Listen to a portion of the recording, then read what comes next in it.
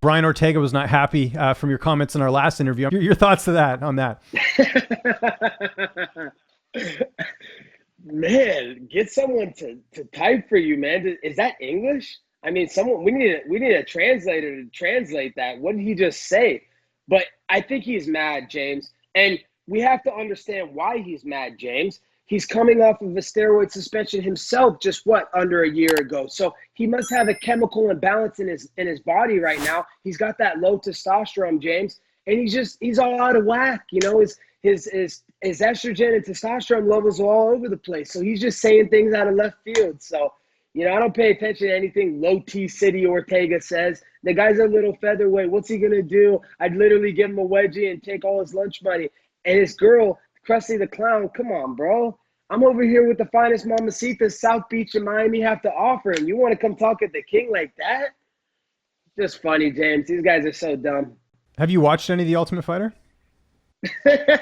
I swear on my life, I haven't seen one episode. And I used to love it as a kid. When it first came out, I was a big fan of it and loved everything about it, seeing the journey of these fighters to get to the UFC. It's humbling and inspiring to see these kids because I know I was in those shoes at one point too.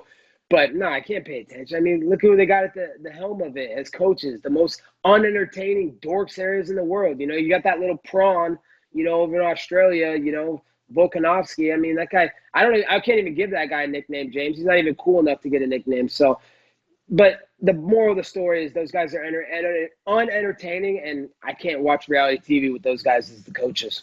Part of you, though, think that could have been me, because I think that's a lot of fans wanted you and Masvidal as the coaches, and I know it wasn't on your end. It was an issue with, you know, Masvidal trying to get Usman. But as part of you kind of like, you know, wish that you could have had that opportunity.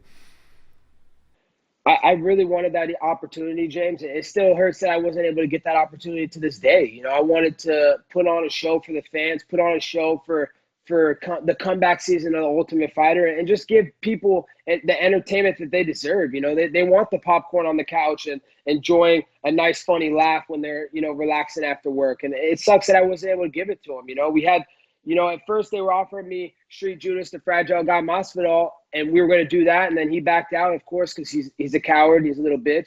But then they said after Marty fought George that, hey, we're going to do you and Marty. So I was like getting hyped up again. I was like, yeah, I'm going to get The Ultimate Fighter, man. This is going to be so awesome. And it's going to culminate into all these years of hard work from coming up from nothing to this point and being able to be the coaches for the show and just give the people what they want, you know, entertainment and real life drama. And then, you know, the rug was pulled from underneath my feet again.